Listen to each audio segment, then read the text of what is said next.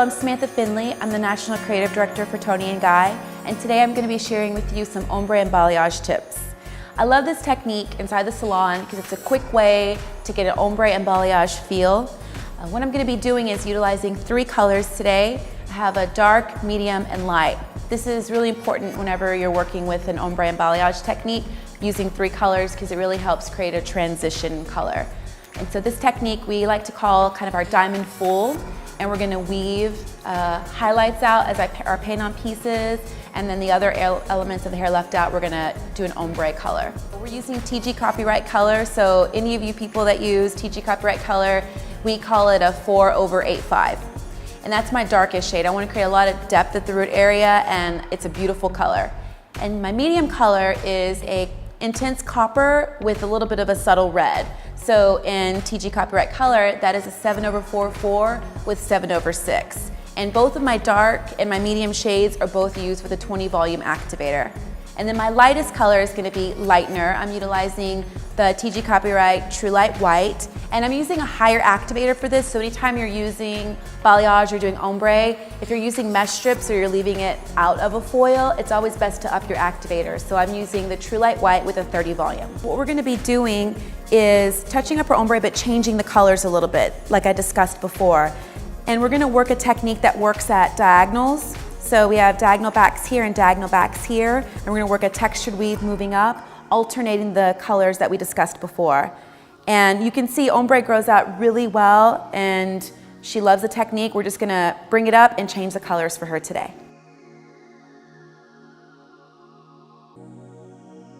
So the first step inside of ombre balayage is the root shade. So the root shade that I'm using today is the dark smoky mahogany brown. And what I'm doing first is I'm going to outline her profile and her hairline, and then apply a root shade everywhere else. And what a root shade is a tint retouch. And when I'm applying color around the hairline, I love to utilize my cutting comb because it helps direct the hair away from the face, which clients love because it has minimal stains around the hairline.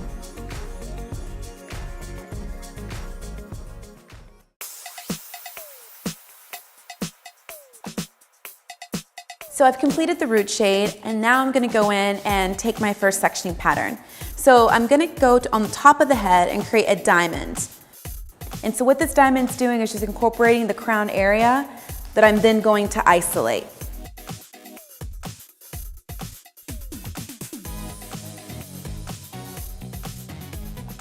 I'm then going to utilize my points to help me create 4 sections on the underneath. So I'm going to come here and subdivide that there, so that kind of creates a radial. So I'm isolating from front to back. And then I'll come to the back and create a vertical section and work all the way around. So this creates 4 sections on the underneath.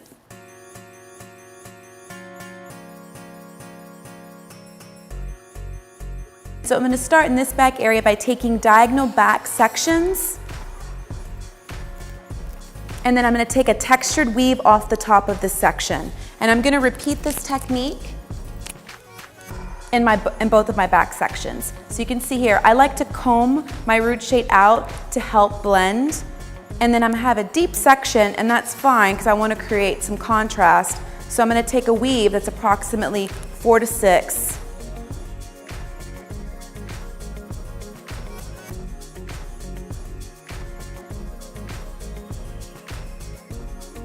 Subdivide my sections. I'm going to use a mesh strip, and this is a TG mesh, but other companies carry a similar paper, and it just helps isolate the colors when you're working with anything that's dimensional or paint on. So you can see here again, just combing that root shade through and then painting my intense copper here. So again, what I used is a level 7/4/4 with a little bit of a subtle red, which is just a 7/6. So that's just copper and auburn through those mid-links and ends. And one of the things that you want to look at is vertically feathering. So I'm overlapping the 2 colors together and smudging them to create a nice blend. And I'll drop down my top section and this will be the bits that I highlight. And what I'm going to use here to give it a paint-on balayage effect is an angled brush. So I'll apply the lightener, the majority of the lightener, on the mid-links and ends. So making sure that those mid-links and ends are very saturated. And here I'm using the True Light White with the 30 volume activator, making sure those ends are saturated, and then using that angle to feather. Because the whole idea of balayage is to create an irregular feel from the root area. So people like to use an angled brush, or they like to go further up on one, further down on one, further up, further down, to create that irregular feel, so it allows for a soft grow out.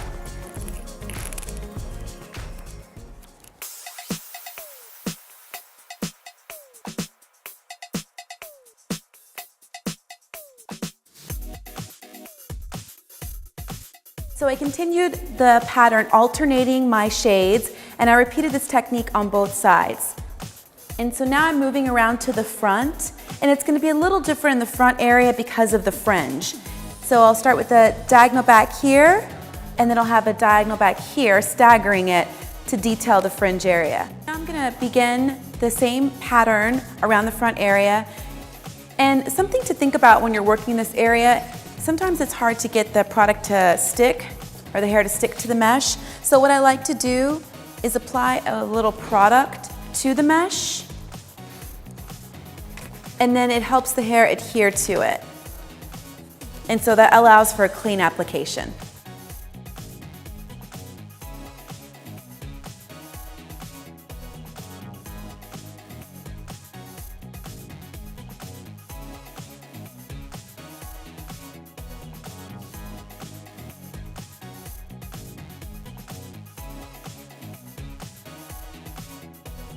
So when you're detailing the fringe area, what you want to use here is more of a natural weave. So around the back and on the sides, I'm using a textured weave, which is a 4 to 6. So now here, I'm going to work more of a 7 to 10 weave, just to add softness around the fringe area.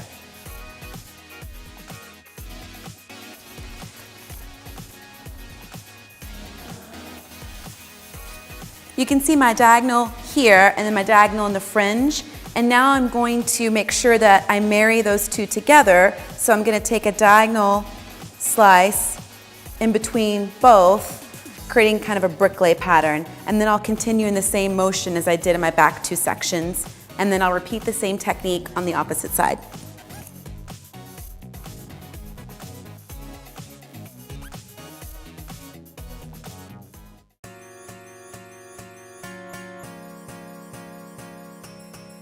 So now that we've completed the entire underneath, my remaining diamond section on top, what I'm going to do is comb the root shade out and apply more of my dark smoky mahogany brown and surface color the entire section. This is a great quick way to color a large section of hair if you're wanting to utilize the pre-existing color. So the technique is now complete, and my client is going to sit for 20 to 35 minutes depending on the lightness or the degree of lightness that you're trying to reach.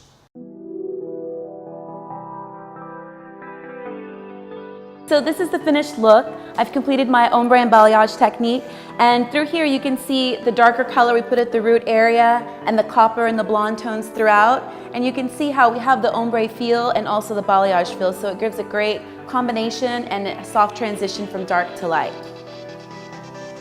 I hope you guys like it. Let me know if you have any questions, and thank you for watching.